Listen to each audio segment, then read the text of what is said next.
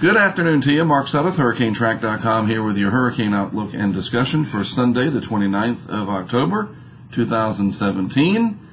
Today is the 5-year anniversary of Sandy, but I'm going to talk more about that tomorrow in my blog post on the website and in my video discussion, because we do have this to talk about. We have Philippe, and that's going to lend, in similar fashion to what happened with Sandy, some of its energy to a developing storm system that is going to have a major impact to this region right up here over the next 24 hours. In fact, probably more like the next 12 to 18 hours. So let's look at what we have going on out there. First of all, Philippe, right now from the 11 o'clock advisory package, 50 mile per hour winds, pressure 997 millibars, and it's moving on out into the Atlantic at a good rate. This area is going to be interesting to watch over the next few days. No threat to land, nor will it likely ever be, but probably going to add another named storm to the list for the year. And if so, I believe the name would be Rina, R-I-N-A, if memory serves. Non-tropical in nature right now, but is sitting out over fairly warm water, and you know how that can go. So if we click on Philippe and we look at the next, few hours of its lifespan here, looking like it'll become post-tropical this evening, and it's going to become absorbed in a much larger weather system that's going to wind its way up, similar to Sandy, but not exactly the same type of setup. A lot of upper-level energy in the atmosphere, which was prevalent when Sandy was approaching, and captured the hurricane that was Sandy and brought it all into shore. Similar setup, but not identical, obviously. So we really won't have to worry about Philippe as a tropical system after the next several hours. However, this much larger storm system with a lot of energy diving out of Canada and creating a lot of upper level processes, we call this baroclinic processes or processes, whatever you want to call it. And I mean, you can see if this was wintertime and we had a lot of Arctic air in place, some areas would be looking at feet of snow, but it's still hurricane season, and you've got this influence of Philippe, which is right here, and then you've got all this energy coming out of Canada in the jet stream and the upper levels of the atmosphere, and that's going to combine, pulling some of the energy and heat from Philippe to create a low pressure system, and we'll show you that in just a moment, that's going to come up here into the New England area and really create havoc later this afternoon through tonight and early tomorrow morning. And this is looking like it could be fairly serious, a very complicated setup for sure, but it's going to hit a big population center, and I think people are going to be surprised at what happens. I really do. So looking at the radar this afternoon, widespread light rain across the Carolinas and southeastern Virginia. Offshore, there's a little bit heavier activity, warmer water perhaps, and other processes going on, some thunderstorms.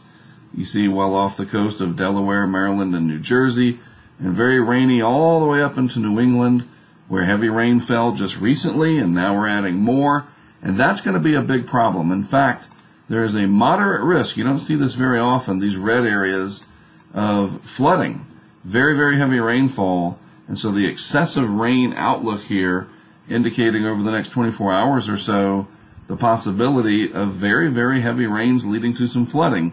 Pretty much the entire state of New Jersey, a good chunk of central New York State, including all the way down into western portions of Long Island. In fact, let's just zoom in here. Western Connecticut, and then you've got this little isolated area over here in parts of New Hampshire and Maine. All right, so the bottom line is anywhere in this yellow and in the red shading, I'm not kidding about this, people. You might scoff at, oh, it's just heavy rain.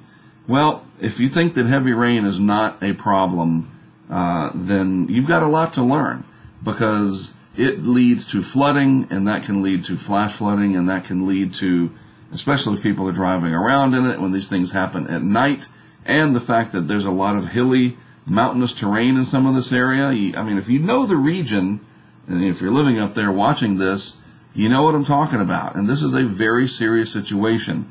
Rainfall is potentially a big problem with excessive events that exceed the norm, which is what we're going to be having happen with this situation.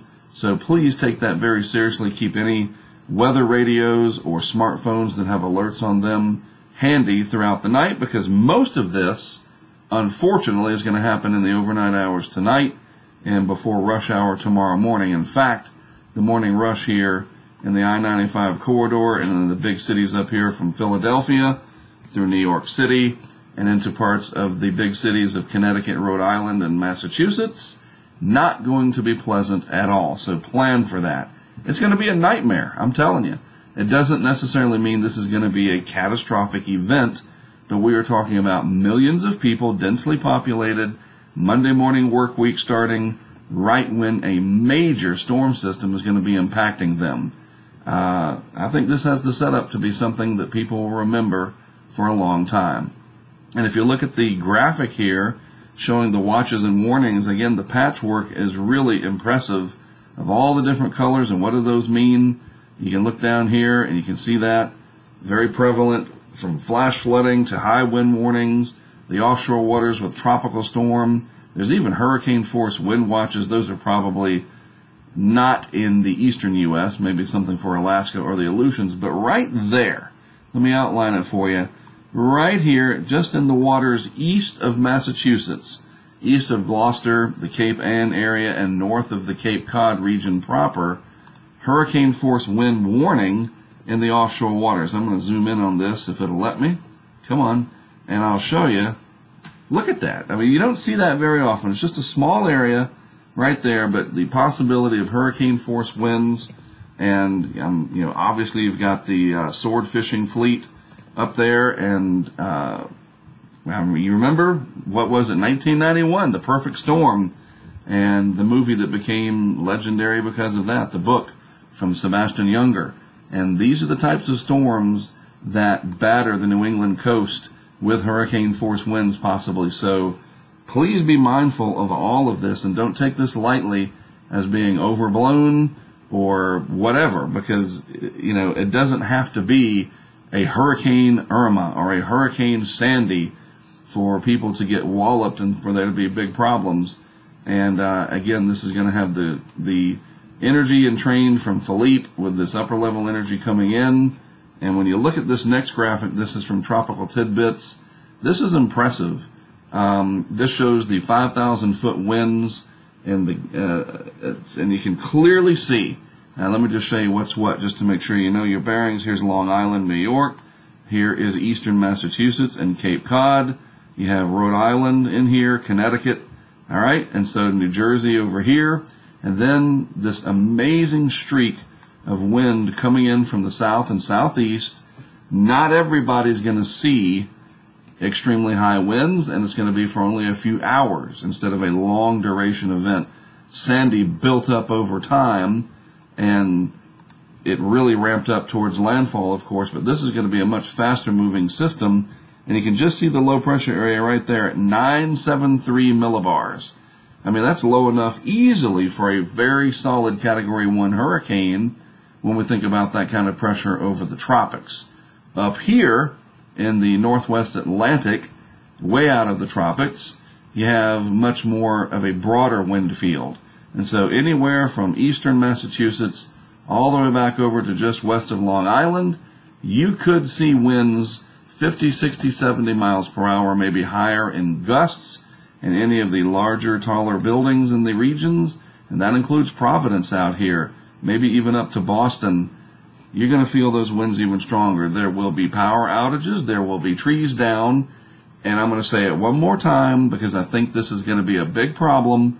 All of this is going to happen in the overnight hours towards early Monday morning, right as A, the morning commute starts, B, all the kids go to school, the school buses, etc., wet leaves everywhere, heavy, heavy rain. I'm hoping that some school systems are just going to cancel school. I'm serious. This is a big-time event, and I think when it's all said and done, people are going to say, wow, all the weather people that said this was a big-time event, they were right. And we shall see. I guess the proof will be in the stuff we see on social media starting tomorrow, as everybody says, holy mackerel, look what happened. At least we have instant verification of such. I wish I was up there myself, but with most of it happening in the overnight hours and it affecting such a large area, I just couldn't figure out exactly how I would cover it, to be honest with you. And so I'm going to let social media kind of take care of that, because it'll happen. People will share via Twitter, and you got folks up in Boston like Eric Fisher, and he's great at sharing that information, and that'll trickle down through others that share through the Weather Channel, and even people like James Spann in Alabama who retweet stuff. It's great. I'm rambling about it, but I'm just telling you, social media is going to show the results of this, and I think you're going to be surprised.